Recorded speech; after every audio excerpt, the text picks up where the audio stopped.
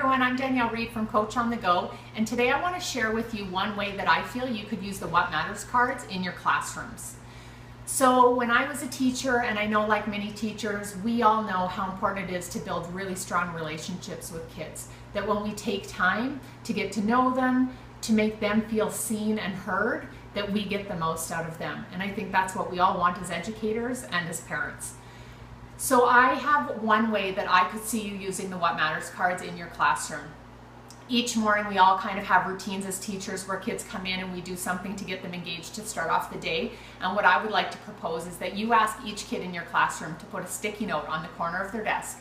And that each morning for the first couple weeks of school that you go through the deck. There's 85 cards, so you go through the deck and you maybe pull 4 or 5 cards each time. So I might pull a card and I'm going to read the first one is creativity.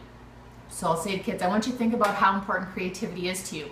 The synonyms for it are imagination, innovation, inventiveness. Then I'll read them the definition. I'll say creativity is the ability to make new things or think of new ideas, like drawing or painting, baking, building, writing, singing, dancing. There's so many ways that we can be creative. And then I ask them the questions at the bottom of each card. The first question says, in what ways are you creative in your life? And you give each kid an opportunity to quickly share ways that they're creative. Now the kids that don't have their hands up, this likely isn't a value on their value list, and that's okay. But the kids whose hands are up and they can't wait to share with you ways that they like to be creative, you know that this word is going to be on their list. So the second question on each card says, on a scale of 1 to 10, how important is creativity for you? And you ask the kids, how many people think it's a 10?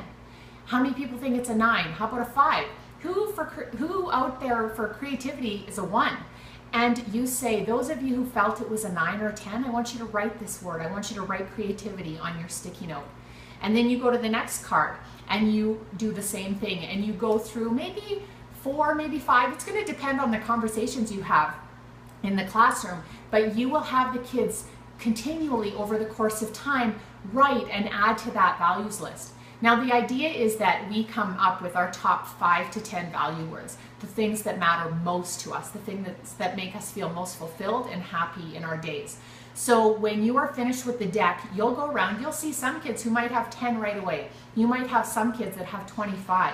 And so then you start to look at which ones are the same, which ones are the 10 that most matter. And so every kid at the end of this experience will have a list of their top 10 value words on the corner of their desk.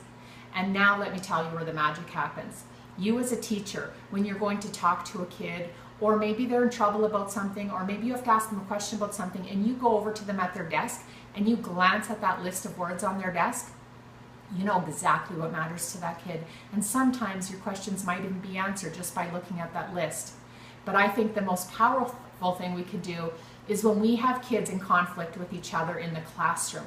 If all I need to say is I want you to switch spots and look at each other's values list and try to solve this conflict in a way that you can both be valued, both be seen, both be heard. Imagine what that could do in our classrooms. Thank you so much for being here today. And if you have any questions, any comments, you can go to my website, which is coachonthego.net.